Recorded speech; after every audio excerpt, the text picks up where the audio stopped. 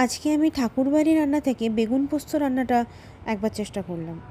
আমি জানি না কীরকম খেতে হবে, তবে একবার চেষ্টা করে দেখলাম। তবে আমি যেটা করেছি সেটা একবার বলি। বেগুনটাকে আমি ভালোভাবে নিয়ে ধুয়ে পরিষ্কার করে লম্বা লম্বা করে 6 টুকরো বা 6 বা 8 টুকরো করে আমি কেটে নিয়েছিলাম। কেটে নেওয়ার পরে সেখানটাতে আমি হলুদ আর চিনি দিয়ে কিছুক্ষণ বলতে আমি আধ ঘন্টা 45 মিনিট মতন ওটাকে মাখিয়ে রেখেছিলাম।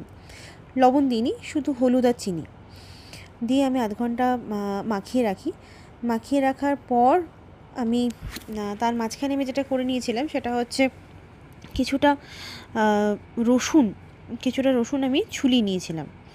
কিছুটা রসুন ছুলিয়ে নিয়ে আর তারপর আমি যেটা করেছিলাম, তার আগে আমি করে রেখেছিলাম পোস্ত ভিজিয়ে রেখেছিলাম।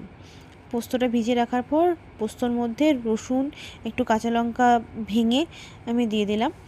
দিয়ে দেওয়ার পর সেটাকে গ্রাইন্ড করে নিলাম। করে নেওয়ার পর কড়াইতে একটু মেথি দিলাম, গোটা মেথি দেওয়ার পর কড়াইতে তেল দিয়ে গোটা মেথি দিলাম। তারপর ওই বেগুনগুলোকে আমি ভালো করে ভেজে নিলাম। ভালো করে বলতে খুব বেশি ভাজিনি, হালকা করে ভেজে নিয়েছি যাতে পরে আমার পোস্ততে যখন দেবো তখন গলে না যায়।